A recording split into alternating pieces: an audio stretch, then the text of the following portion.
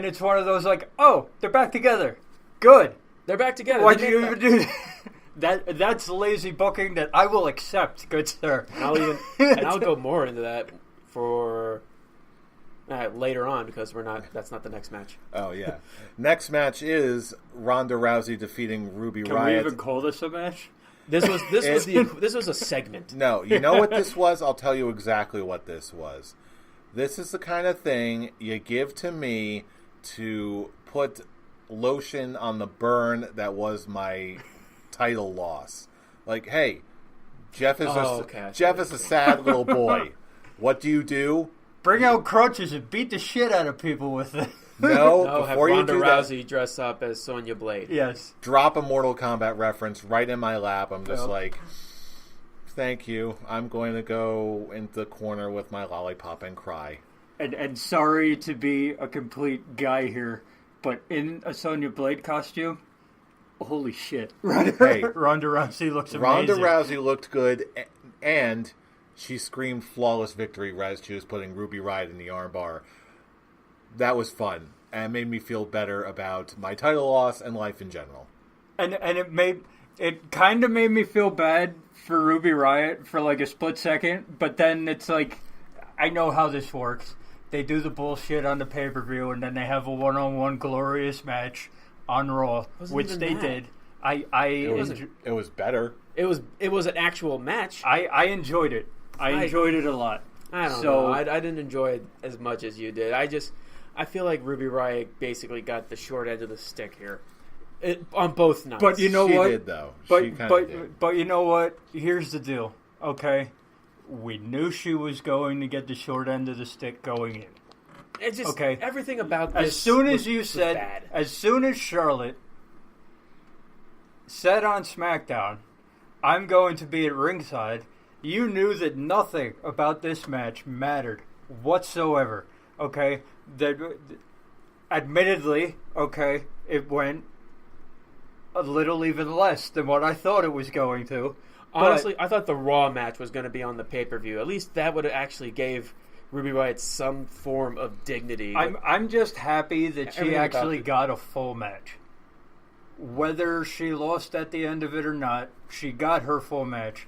And it's not like she's not going to be back there. Nothing about this story had anything to do with Ruby Riott, and that's a shame. Okay, nothing. She was not built up on Raw at all. She was built up on the network. She was built up on the pre-show. That's all the build-up she got. So we knew what we were getting coming in.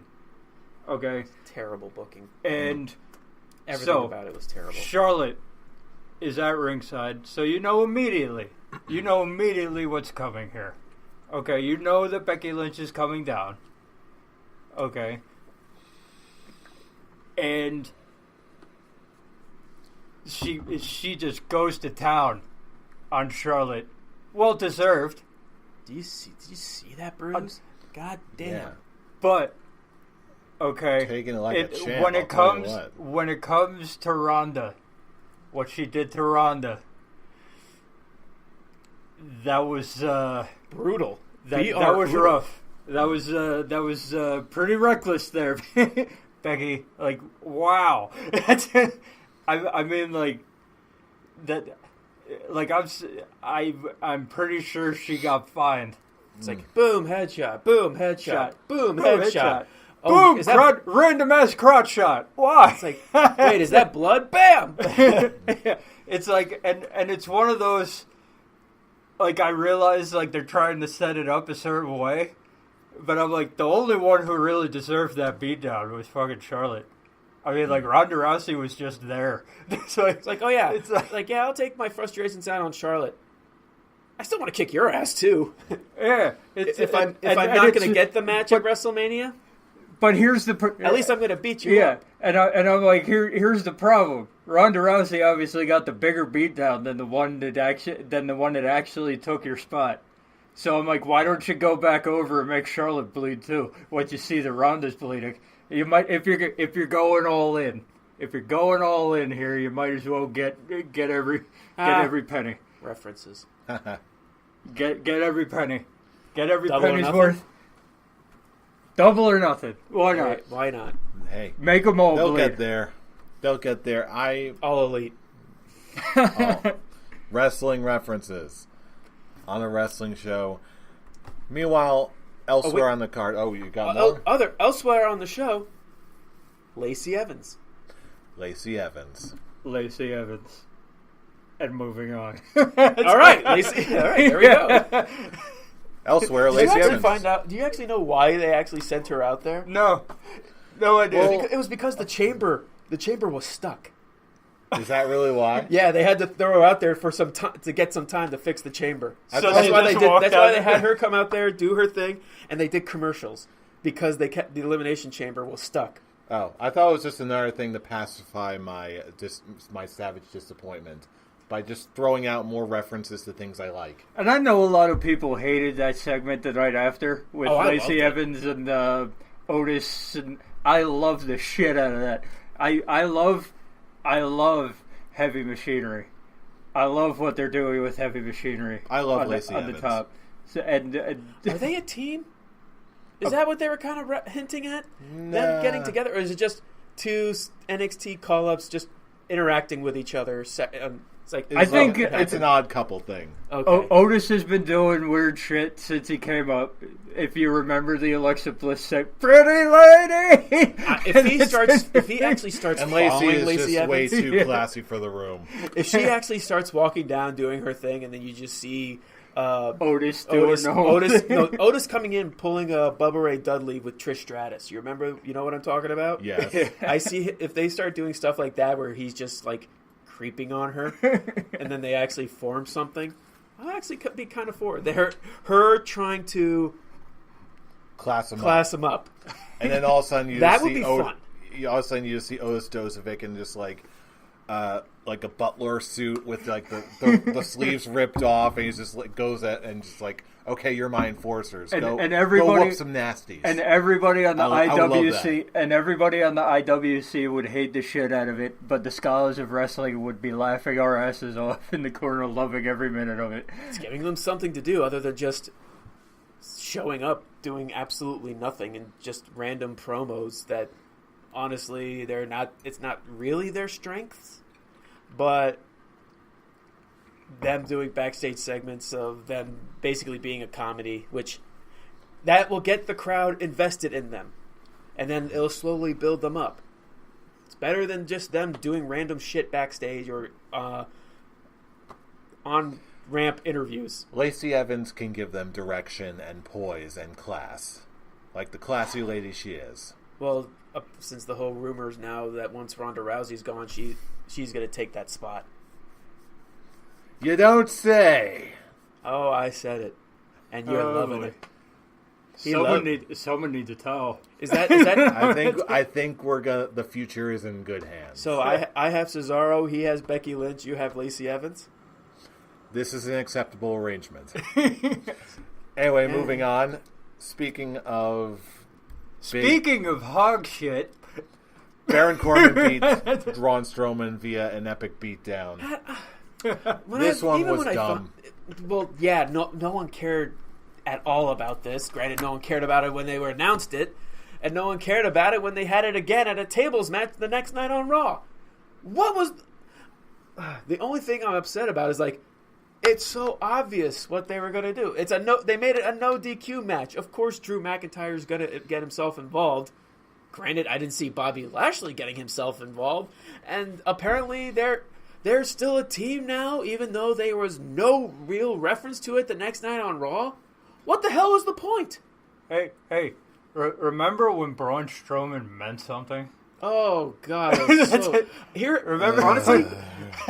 Honestly, I thought they were going to continue this 6-man thing, and we were going to have Bray Wyatt and Luke Harper return to help Braun Strowman the next night on Raw. That would lead to a 6-man tag. I was hoping that would happen. I was hoping for it. Randomly, I can still see that coming, but more WrestleMania time, because I think Bray Wyatt's gonna come. I don't even know if it's gonna be Luke Harper, because I think they're still trying to make Bray Wyatt and Matt Hardy a thing, because Matt Hardy's trying to come back, and I think they're trying to sync up Bray Wyatt and Matt Hardy again. Are they? So give them something at WrestleMania. I heard rumors, but nothing confirmed either way. Give them something at WrestleMania.